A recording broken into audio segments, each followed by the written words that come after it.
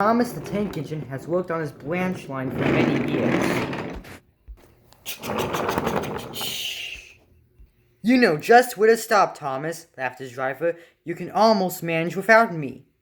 Thomas had been conceited. He didn't know that his driver was joking. Driver says I don't need him anymore, he told the others. Don't be so daft, snorted Percy.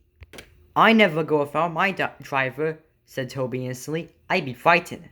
Puh, boasted Thomas. I'm not scared. You never dare. I would then. You'll see. It was dark the next morning when the firelighter came. Thomas drowsed comfortably as the warmth spread through his boiler. He woke up in the daylight. Percy and Toby were still asleep. Thomas suddenly remembered. Silly stick in the muds, he chuckled. I'll show them. Driver hasn't come yet. Here it goes. He tried first. One piston, then the other. They're moving, he whispered. I'll just go out and then stop it and whoosh! That won't make them jump. All of a sudden, Thomas officially started. Thomas thought he was being clever, but really he was only moving because the careless cleaner had fiddled with the controls. Soon he found his mistake. He tried to whoosh, but he couldn't. He tried to stop, but he couldn't. He just kept rolling along. The buffers will stop me, he thought hopefully. But that siding didn't have no buffers. It just ended at the road. Thomas's wheels left the rails and crunched the tarmac. Thomas shut his eyes. Psh! He crashed into the station master's house, where the station master and his family were having breakfast. The house rocked. Broken glass tingled. Plaster was everywhere. Thomas had collected a bush on his warning board. He peered anxiously into the room, through its levels. He could not speak. The station master was gloomily stirred out and shut off steam. His wife picked up a plate. You miserable engine, she said.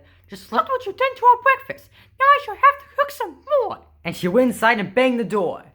More plaster fell. This time it fell on Thomas. Thomas felt depressed.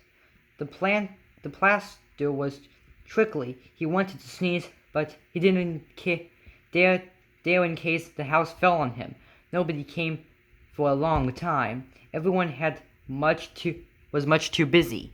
At last, the workmen propped up the house with some strong poles and moved Thomas gently back onto the rails a little bit. And Donald and Douglas, puffing hard, managed to haul Thomas back into the yard. His funnel was bent. Bits of fencing and the bush had a broken window. He looked comic. The twins laughed and left him. You are a very naughty engine. I know, sir. I'm sorry, sir. You must go to the works and have your front mended. While it will be a long job. Yes, sir, faltered Thomas. Meanwhile, said the Fat Controller, a diesel rail car will do your work. The diesel, sir? Thomas spluttered. Yes, Thomas, diesels. Always stay in the sheds until they are wanted. Diesels never come galloping off to breakfast in the station master's house. The Fat Controller turned on his heel and sternly walked away.